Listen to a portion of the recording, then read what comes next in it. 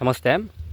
ನೋಡಿ, ಇಲ್ಲೊಂದು ವಿಶೇಷವಾದ ತರಕಾರಿ ಗಿಡ ಇದ್ರ ಹೆಸರು ಚತುರ್ಭುಜ ಅವರೆ ಅಂತ.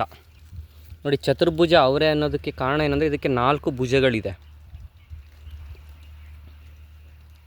ಇದನ್ನು ಜಹರಾಬಾದ್ ಅರಣ್ಯ ಟ್ರೈನಿಂಗಿಗೆ ಹೋದಾಗ ತೊಗೊಂಬಂದಂಥ ಒಂದು ಗಿಡ, ಇದು ಬಳ್ಳಿ.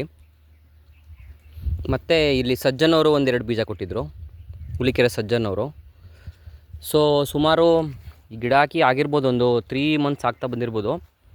ಆಲ್ಮೋಸ್ಟಲ್ಲೂ ತುಂಬ ಚೆನ್ನಾಗಿ ಬಿಡ್ತಾ ಇದೆ, ಒಳ್ಳೆ ಇಳುವರಿ ಬರೋಂಥದ್ದು. ಬಟ್ ಪ್ರಾಬ್ಲಮ್ ಏನಂತಂದರೆ, ಇದನ್ನು ಮಾರಾಟ ಮಾಡಲಿಕ್ಕೆ ನಾವು ಫ್ರೆಶ್ ಆಗಿನೇ ಕೊಡಬೇಕಾಗತ್ತೆ. ಕಾರಣ, ಕಿತ್ತು ಒಂದು 2 to 3 ಅವರ್ಸಲ್ಲಿ ಇದು ಬಾಡಿಬಿಡುತ್ತೆ. ಈಗಿನ ಸಮಾಜ ಕೇಳೋದೇನು, ಫ್ರೆಶ್ ಬಾಡದೇ ಇರೋ ತರಕಾರಿ ಕೇಳುತ್ತಲ್ವ. ಸೊ ಆ ಕಾರಣಕ್ಕೋಸ್ಕರ ಈ ಒಂದು ತರಕಾರಿ ತುಂಬ ಫೇಮಸ್ ಆಗಿಲ್ಲ. ನಮ್ಮ ಸ್ವಂತ ಬಳಕೆಗೆ ನಾವು ತೋಟದಲ್ಲಿ ಬೆಳ್ಕೊಂಡು ಆರಾಮಾಗಿ ತಿನ್ಬೋದು, ಅದರಲ್ಲಿ ಯಾವುದೇ ಒಂದು ಅನುಮಾನ ಇಲ್ಲ.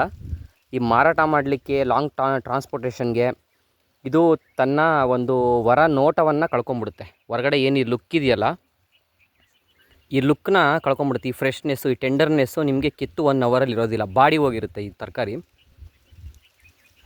ತುಂಬ ಒಳ್ಳೆಯ ಟೇಸ್ಟು.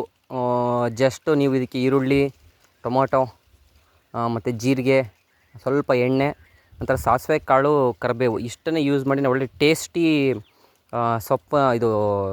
ಪಲ್ಯವನ್ನು ರೆಡಿ ಮಾಡ್ಕೋಬೋದು. ರೊಟ್ಟಿ ಜೊತೆಗೆ, ಚಪಾತಿ ಜೊತೆಗೆ ತುಂಬ ಚೆನ್ನಾಗಿರುತ್ತೆ. ಡೈರೆಕ್ಟಾಗಿ ತಿನ್ನಲಿಕ್ಕೇನೋ ಅಂಥ ಟೇಸ್ಟ್ ಅನಿಸಲ್ಲ ಈ ತರಕಾರಿ.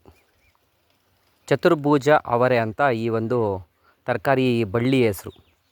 ಹೇಳ್ತಾರೆ ಕೆಲವು ಕಡೆ ಇದು ತುಂಬ ವರ್ಷಗಟ್ಟಲೆನೂ ಈ ಬಳ್ಳಿ ಉಳ್ಕೊಳುತ್ತೆ ಅಂತ ಹೇಳ್ತಾರೆ. ನೋಡಬೇಕು, ಈಗಾಗಿ 3 ಮಂತ್ಸ್ ಆಗಿದೆ.